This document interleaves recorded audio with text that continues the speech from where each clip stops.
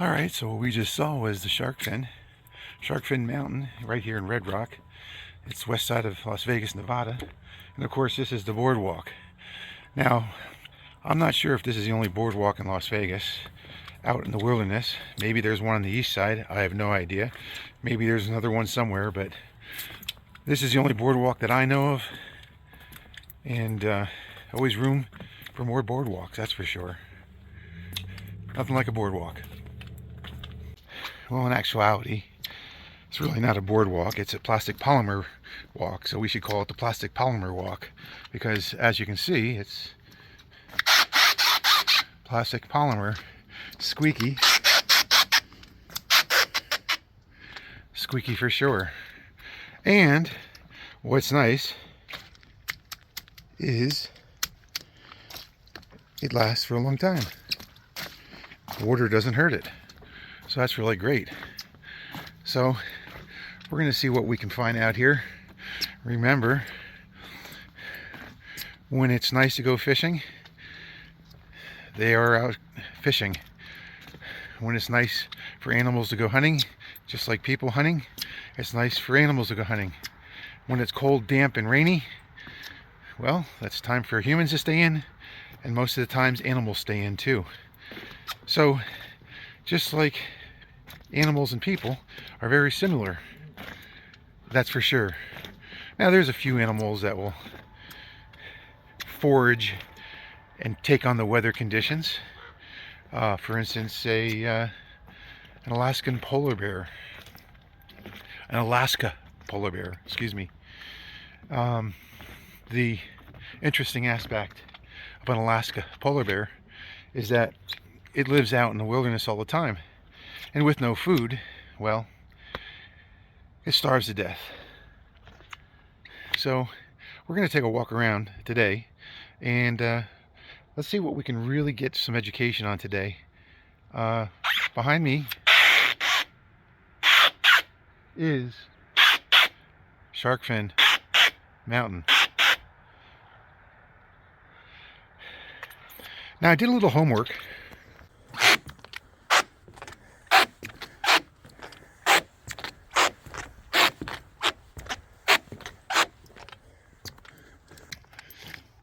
So I did a little homework, which has just caught my curiosity. I'm looking for a backpack so I can climb the shark fin behind me. That.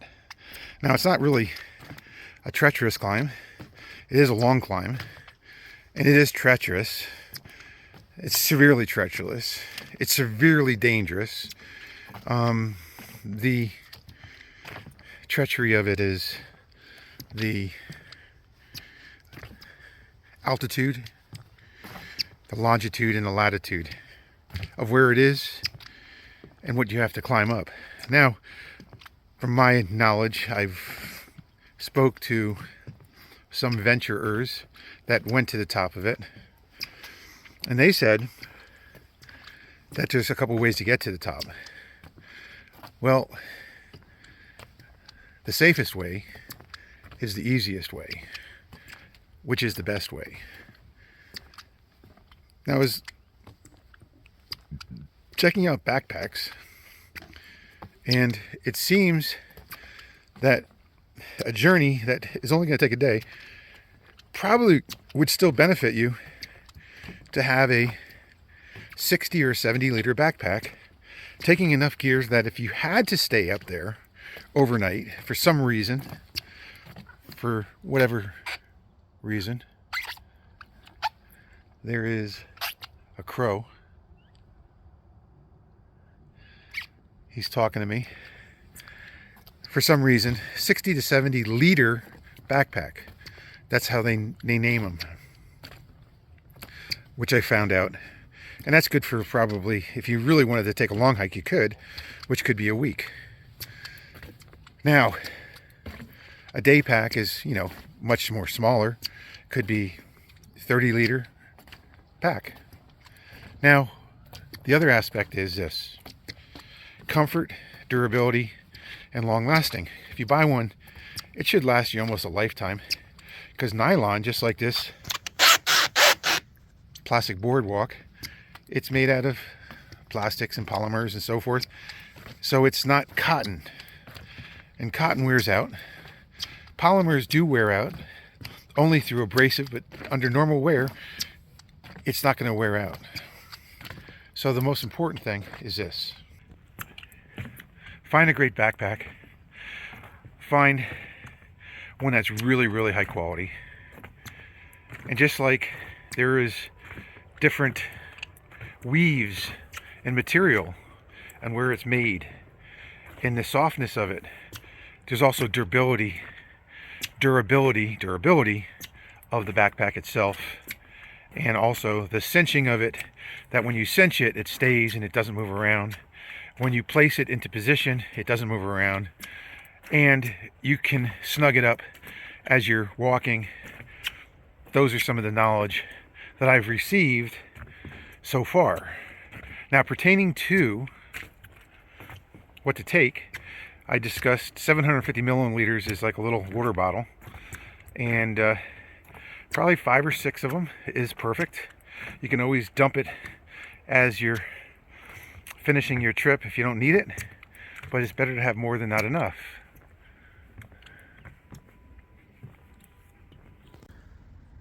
So what I mean is, from this point here, right there, to that little point right there, that's about 500 feet, my guess. Could be more, could be 800 feet, could be 1,000 feet. Who knows? Could you do the calculation standing here? Absolutely, through triangulation. If you knew the distance would help you be able to calculate that out. It's a mathematical equation. And how high it is, when you place something from myself, my eye, 3 feet away, and if my finger fills it from there to there, that would tell you how high it is. So the information is attainable. How far away it is, I have no idea. My guess it's 1, 2, maybe 3 miles away. That's my guess. 3 miles? Could be more. But let's talk about one other thing today. I was looking up ropes to, like, you know, when you see a climber climbing a mountain, what kind of ropes to buy, this and that. Quality ropes are really expensive, and of course, you know, someone might say differ. I have no idea. I'm not a climber, but I will tell you, 7 millimeters or 7.5 milliliters is a thin rope, okay? And a thin rope, it's why a thin rope, 7.5 milliliters by 60 meters, and 60 meters is 180 feet, if I'm correct, around that distance. And 180 feet is a long distance, but when you're climbing down a mountain, you're going to sometimes have 2 ropes, okay? So if you had 2 ropes, that means you could tie the ends together, and you could actually climb down 180 feet until you have to stop and then pull the rope down and start over again, okay? If you connected the 2 ropes together, which you could, but that creates a problem because you're anchored at the top. And if it's anchored at the top, there's no way to get it down safely. From my knowledge, I have no idea, but I would think that 2 ropes is best. And also 2 ropes colored differently would be perfect, because 1 rope would be your regular rope that you use, and that's, let's just say, the rope that you use all the time. The other rope is the side that, the other color would be the side that you put the knot on, and to know which side to pull through your carabiner that you're leaving up there, which you have to leave. Also too, my recommendation is, if you're going to top rope, which is extremely safe, which I know nothing about climbing, it's better to have 3 points of connection than just 1 point. That way, if anything happens, there's 2 other pieces that are embedded in the top of the mountain drilled a hole through and so forth. But I'm not going to get into climbing because climbing's not my thing. But I was looking into ropes because of the polymers and how they make them and so forth. And it's very, very interesting how they make climbing ropes. So European style is like 2 ropes, 3 ropes, 2 ropes thin, like I think 7 millimeters thick. What I was saying was 2 rope climb in Europe is like 7 millimeters. They connect onto 2 different areas, and that sort of is a thinner rope to handle, pull up, and so forth.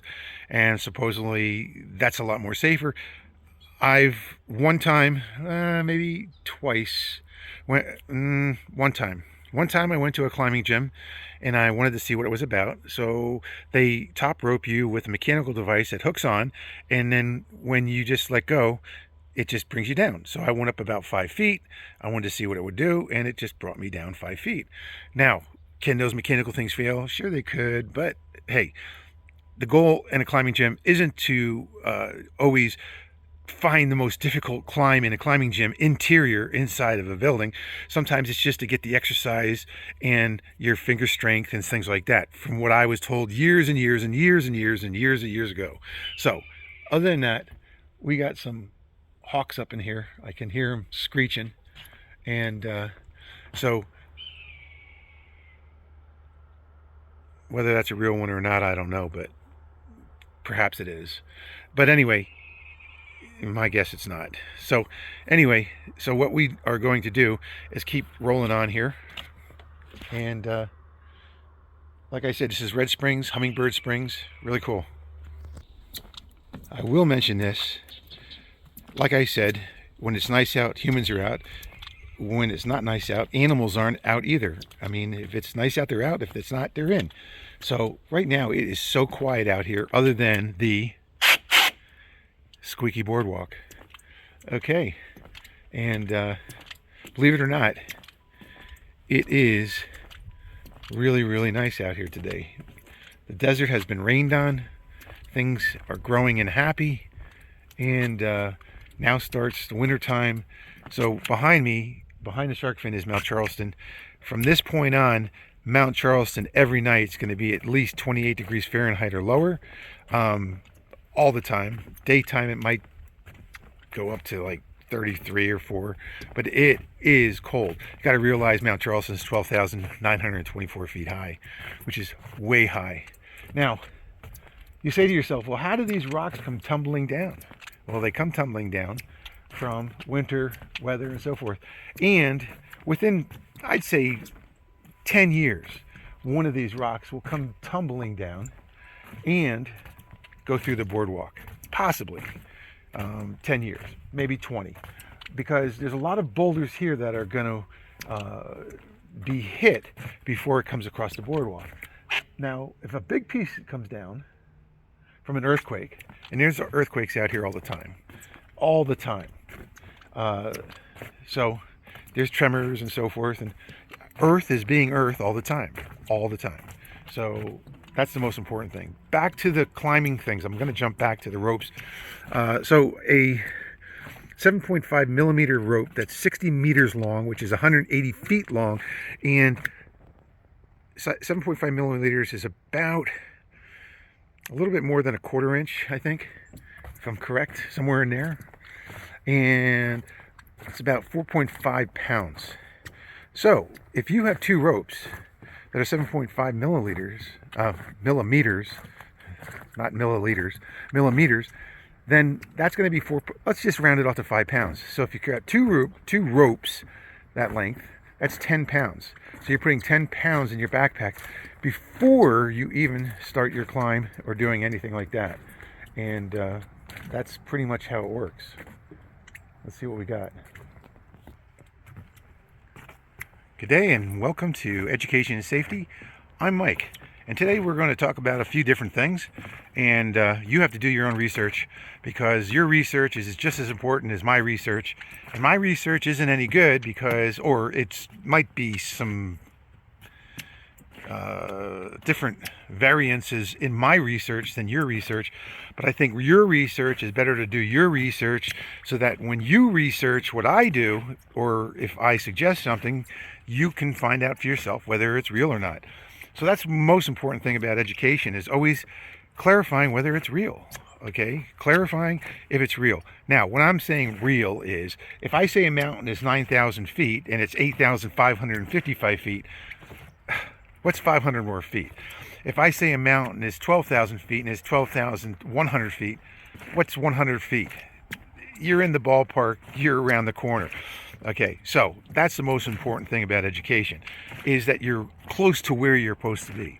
Now, the other aspect of education that I feel is important is sharing knowledge, so that you can venture and do some adventuring yourself, and that could be your journey and your adventure. So I'm not trying to repeat myself, I'm just trying to clarify that you need to do your own education, do your own research, and make sure that your research is really, really good, because just taking the word from someone else isn't as important as doing your own research and saying, hey, maybe there's some good points that he made. And if you're watching another channel video, you might say, maybe she made a few good points too. So it really doesn't matter who made the points. The most important thing is that you go out and do your own research. Now, when it comes to animals, wildlife, and venturing out in territories that I've never been to, can't really talk about it, but I can tell you that there is some positivity to, bears and grizzly bears, that if you confront a grizzly bear, things could not work out too well. Now, I know if you're up a tree, all kinds of bears can climb up trees. I know that for a fact, okay? I know that for a fact. And just to let you know, mountain lions can run about 45 miles an hour, leap about 80 feet. Down a mountain like this, they can probably leap longer, because what their goal is to leap and then snag onto whatever it is with their 3-inch claws. And once they go onto it, their claws aren't going to release, and they're just going to take that thing and tumble it down the mountain and let it go, and whatever's going to happen. So that's a little education. And mountain lions, they're all over the place. You got to be careful. Now, when it comes to grizzly bears, when you're up a tree, a grizzly bear needs both hands to climb up a tree. Okay, if one hand is not on the tree, then it's very, very difficult for a grizzly bear to climb up a tree. So he can climb and then use his paw, but he can't keep climbing. Okay, so if you have a stick or some kind of pole and you're up a tree and you're high up, you can poke at the grizzly bear. He's not going to come up, okay, because you're stopping him and he's like getting irritated. Now, he might let go and try to swipe you with one hand, but he can't leave go with two, or else he's just going to fall backwards off the tree. That's how it works. So just sort of like, they put these protective bird feeders out, and then they put these smooth things on, piping on the thing, and if a squirrel can't grab a hold of it, it can't get up there unless it can leap over onto the bird feeder. And also they put these big shields and so forth. So those are same aspects as a grizzly bear. Okay, so let's just keep rolling along here and check things out. Okay, all right.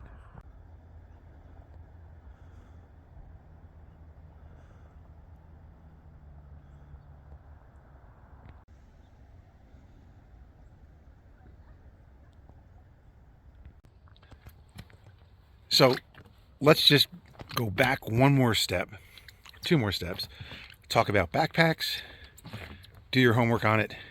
60 to 70 liter backpack is going to be good for 4 or 5 days a week camping. Larger than that, I can't talk about it. Smaller than that, you know that it's a day pack. And then they have ruffle side shoulder packs with water bottles and things like that. Do your research, find out what it is.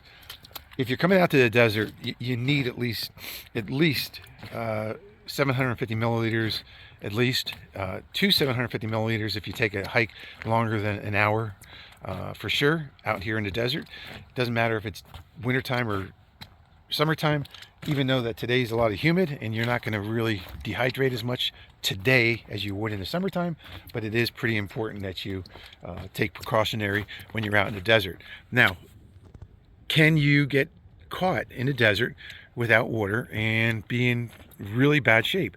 Absolutely. Once your body shuts down, the only option you have is shade. And if you can't find shade, it's not going to be good, because shade is the only thing that your body will recover under.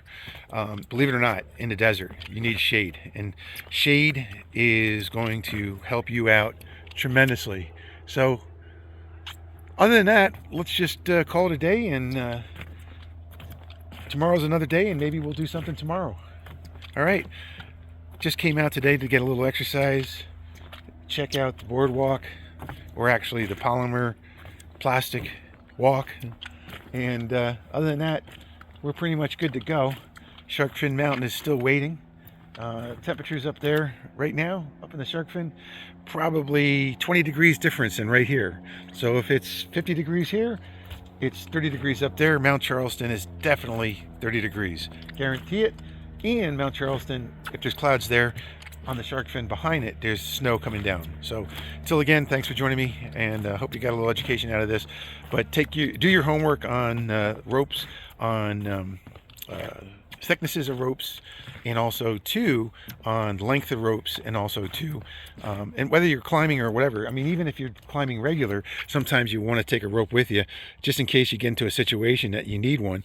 But most regular climbing around rocks, you don't need ropes. Probably would be best for a helmet, and we're going to actually go look for helmets and check out and see what they have. So until again, thanks for joining me, and another day. Desert's really great when it rains, and it's really mystery out. It's really, really nice. All right, we'll see you.